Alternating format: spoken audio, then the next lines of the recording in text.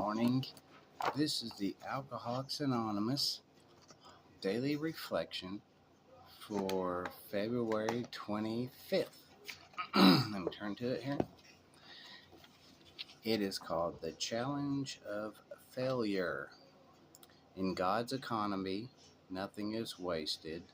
Though through failure, we learn a lesson in humility, which is probably needed, painful though it is, as Bill sees it, page 31. How thankful I am today to know that all my past failures were necessary for me to be where I am now. Through much pain came experience, and in suffering, I became obedient. When I sought God as I understand Him, He shared His treasured gifts. Through experience and obedience, growth started, followed by gratitude. Yes. Then came peace of mind, living in and sharing sobriety. All right. Let's take a look at this. Let me see. Well, I've failed a lot. A whole lot.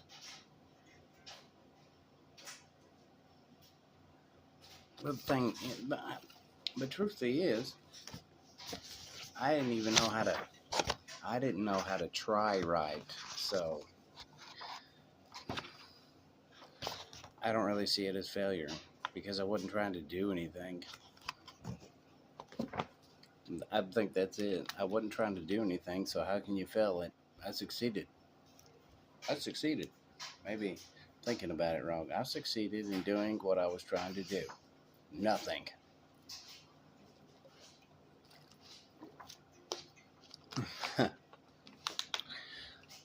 So,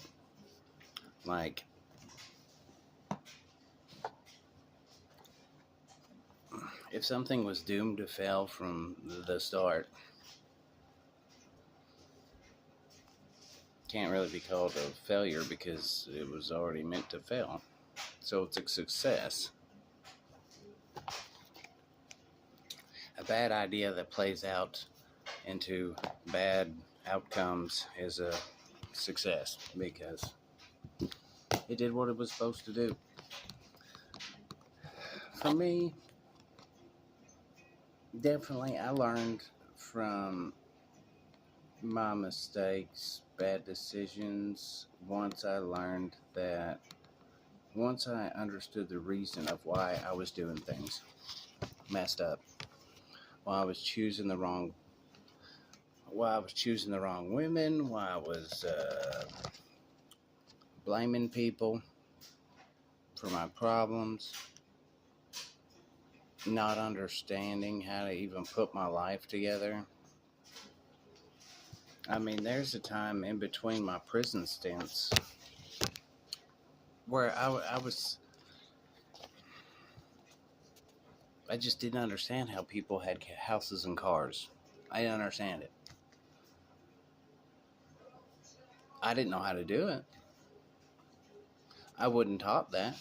I had no idea how to get loans. I swear. And I didn't know how to turn on electricity. I didn't know how to do anything. I was set up for failure. They don't teach you where to go in high school, and, my parents didn't teach me.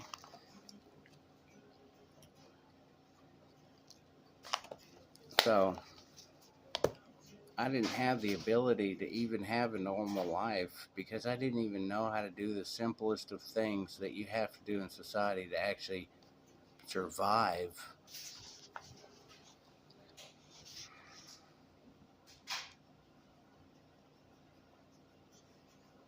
It's crazy. But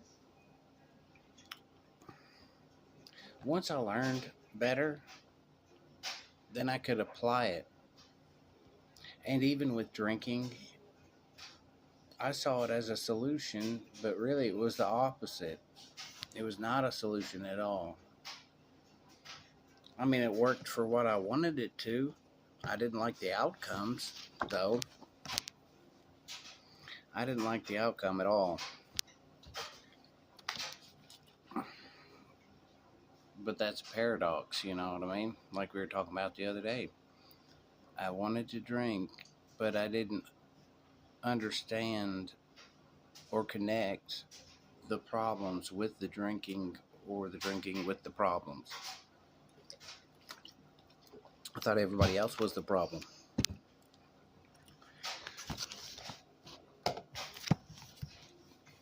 And through much pain and experience and in suffering, I became obedient. I don't really see it as obedient. I just want something better for myself. Like, I'm not obedient to anybody. I do what I want. I still do. Sober, I still do what I want. If I really want to do something, I'm going to do it. Nothing's going to stop me. No one's going to stop me. No one or anything will ever stop me from doing something if I'm dead set on it. Nothing can. I just try not to do things that'll get me put in prison or jail. And I try not to do things that'll cause more problems.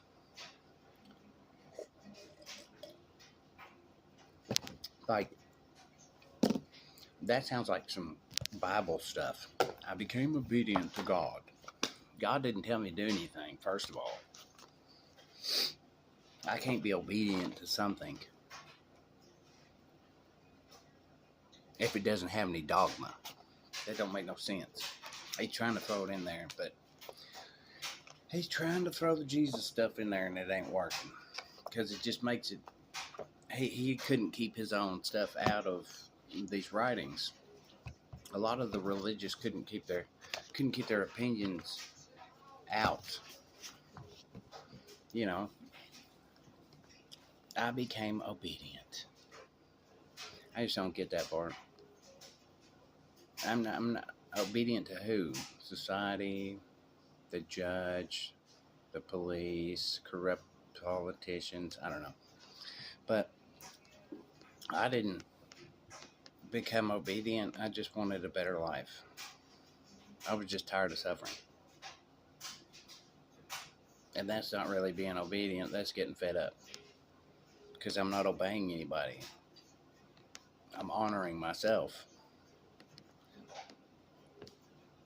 They're saying that's what happened for him. That's what he connects it to, or whoever wrote this part connects it to is God, their God, as they understand him, which sounds like a Christian God. Growth started, followed by gratitude. Yes, then came peace of mind, living and sharing sobriety. That makes sense. You know what I mean? The whole thing, painful experiences caused drinking. Drinking caused more painful experiences. Then, bam, I was tired of being in pain. I fixed the problem. I probably made this a hell of a lot longer than it had to be. But, yeah. Pain is a great teacher. Pain is a great teacher. But with that, I love you guys. Hope you have a good day. And